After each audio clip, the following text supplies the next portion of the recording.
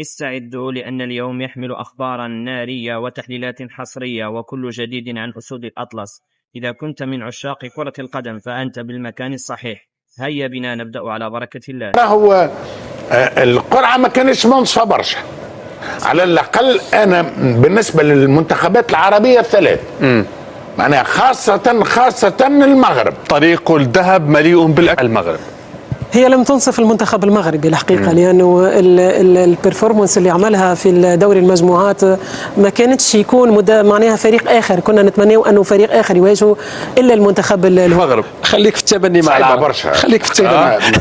الحقيقة الحاجة الوحيدة اللي فعلا صعيبة برشا، ولكن أنا لو المغرب يعمل الشوط الأول متاع البرازيل الشوط وما يعملش الشوط الأول متاع هايتي، المغرب ممكن يتعدى هولندا. مقابلة صعبة، مصر صعبة جدا. مع الحديث عن 48 وكأنه خليني ب 48. اليوم لما يوصلوا المنتخبات الإفريقية 9 من 10 فهذه ثورة في كأس العالم.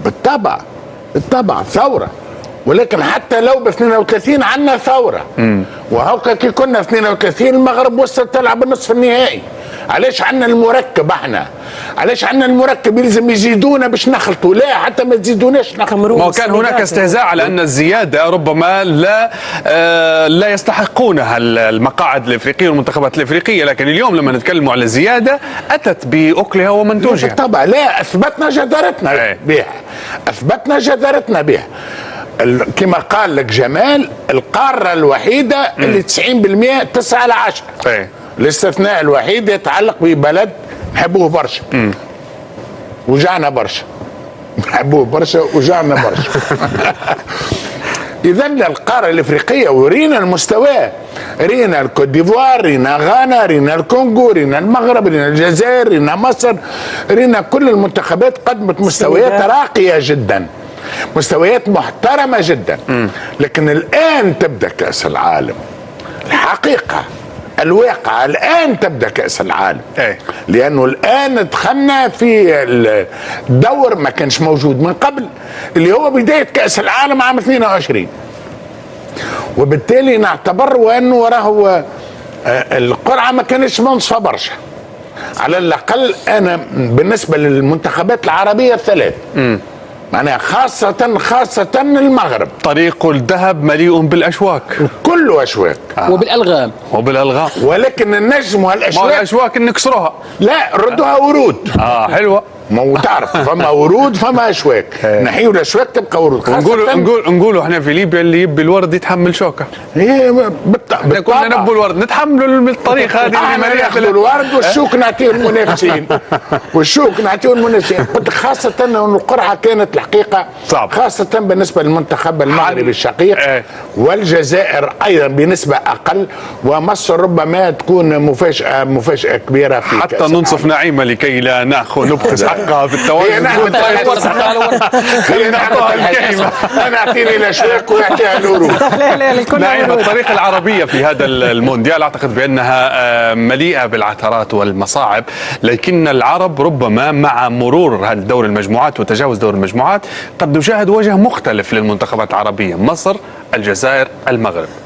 هي لم تنصف المنتخب المغربي الحقيقة، لأنه البرفورمانس اللي عملها في دوري المجموعات ما كانتش يكون معناها فريق آخر، كنا نتمنى أنه فريق آخر يواجهه إلا المنتخب الهولندي، لأنه المنتخب الهولندي ريناه يعني من المنتخبات المؤهلة أنها تكون في الكارداس يعني في النهاية في هذه كأس العالم. لكن المنتخب الجزائري والمنتخب المصري قادرين، خاصة المنتخب المصري، ولو أن المنتخب الأسترالي منتخب عتيد يعني خاصة على المستوى البنية الجسمانية للاعبين هذوما، وشفنا يعني كثير من المشاكل يعني ضد المنتخب الإيراني، المنتخب صحيح. المصري خاصة على كما نرجع نقول لك على البنية الجسمانية يمكن يلقى مشاكل، وشفناه عمل لنا مشاكل المنتخب الأسترالي في آخر صحيح. كأس عالم، وهو اللي ما خلاناش نترشحوا للدور القادم. معنا ديما عندنا الأربع نقاط اللي كنا نترشحوا، كنا الأربع نقاط كانت تنازم ترشحنا، للأسف ما جبناش الأربع نقاط في النسخة هذه. بالنسبة للمنتخب الجزائري قادر، لأنه لاعبين تقريبا الجزائريين كلهم يوجدوا في أوروبا وقادرين أنه ضد منتخب سويسري إذا كان مروا للحصص الإضافية يمكن المنتخب الجزائري قادر أن يكون موجود في الدور القادم. طيب خلينا نشاهدوا الجدول وناخذ توقعات سريعه من الجمال وفتحي ونعيمه للادوار الدور الجاي. نشاهدوا مباراه اولى، اعتقد بان جمال اعطيني توقعاتك من اليسار الى اليمين في اولى المواجهات. نتكلموا على المانيا وكرواتيا ولا الدور الجاي؟ لا مش كرواتيا، المانيا باراغواي. نبدو المانيا والباراغواي الاولى. لا هو قبل ندخل في التوقعات عندي اشاره بسيطه، لانه سريعة بس لأن الوقت ما عادش فيه. فتحنا نقاش ما يتعلق بالعداله والجوانب القانونيه لهذه التصفيات. ربما في الدورات المقبله يمكن اللجوء يعني في المواجهات، لان فعلا بعض ظلم عدم العداله بعض المنتخبات يمكن اللجوء لتصنيف الفيفا، لما لا في تحديد يعني المواجهات الدور 32 الاول يواجه الاخير يعني في المنتخبات المؤهله. هذا اقتراح ممكن يعني يتم تنفيذه. نبدو بالتوقعات. كندا جنوب افريقيا. المانيا الباراغواي المانيا. بقى يعطينا عندك فرنسا والسويد. فرنسا. جنوب افريقيا وكندا. سوف يحتاج الى وقت للانسجام، لكن كندا. مغرب هولندا. اتمنى المغرب. برتغال كرواتيا. هذا اللاعبين لازم نعطيهم فرصه ان يلعبوا. ما هي الفرصه؟ البرتغال. اسبانيا والنمسا. اسبانيا. امريكا والبوسنه. امريكا. بلجيكا والغانا. غانا. صحيح الانسجام لم يكن. برازيل اليابان. برازيل. كوت ديفوار النرويج. كوت ديفوار.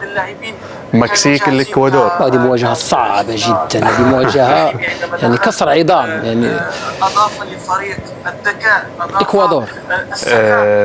انجلترا والكونغو. اتمنى الكونغو. انا في المنتخبات العربيه والافريقيه ساقول لك اتمنى. ارجنتين. الارجنتين على الورق، واتمنى الراس الاخضر. اتمنى الراس الاخضر، ولكن الارجنتين هو المرشح.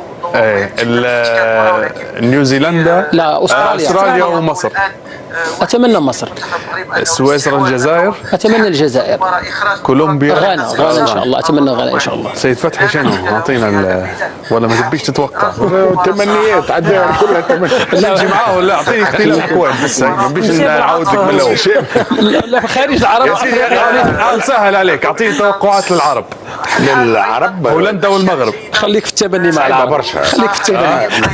الحقيقة الحاجة الوحيدة اللي فعلا صعيبة برشا، ولكن أنا لو المغرب يعمل الشوط الأول نتاع البرازيل الشوط وما يعملش الشوط الأول نتاع هايتي، المغرب ممكن يتعدى هولندا. مقابلة صعبة. مصر صعبة جدا، ما عندها زهر.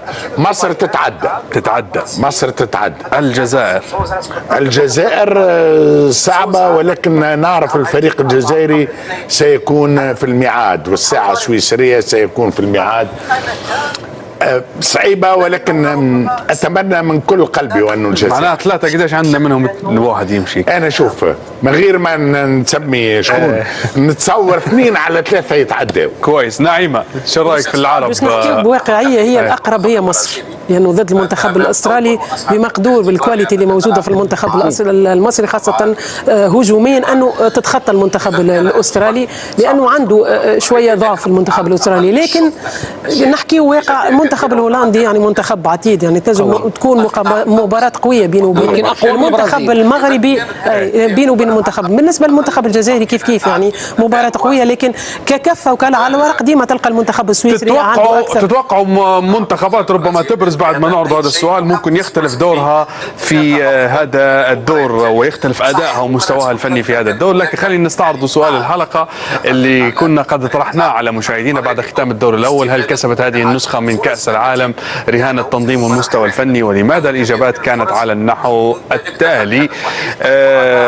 حمد قال من ناحية فنية المستويات متباينة متذبذبة بين عالي ومتوسط، وهذا طبيعي بحكم تواجد 48 فريق تختلف تصنيفاتهم ومستوياتهم، ولكن في المجمل الكأس لا بأس به من هذا الجانب الفني. وقال هل بنقاط نقاط أخرى تحدث فيها حول فرق التوقيت عمل وأيضا محاضرة. الظروف الأمنية والطقوس وغيرها. نمشوا لرامي قال أخيب وأمصت كأس عالم. هذا أخونا التونسي شنو هي؟ شكله رامي.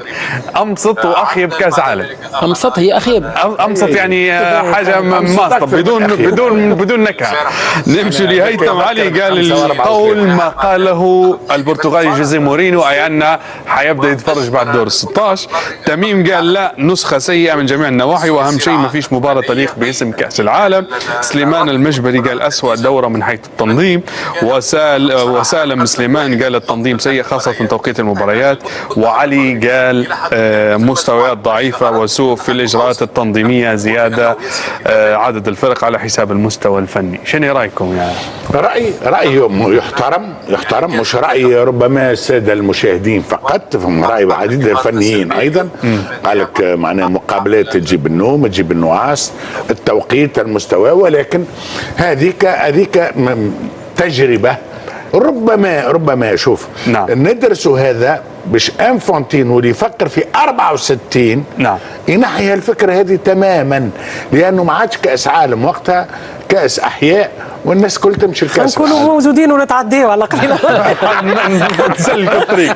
شكرا يا نعيم، بارك الله فيك على ظهورك. معنا سيد فتحي، شكرا جزيلا ليك. جمال منورنا دائما. شكرا. اليوم جبت لكم منافس في الاستوديو. الله. تقاسمنا قيمة نعيمة قيمة. يعطيك الصحة نعيمة. شكرا لكم مشاهدينا. الورد بكل تأكيد. نشكر أيضا السيد لطفي الزعبي وأيضا عبد الناصر البار اللي كان معنا من خلال هذه الحلقة. دمتم في أمان الله، وغدا موعد جديد ومساء مونديالي جديد، فلا تتركوا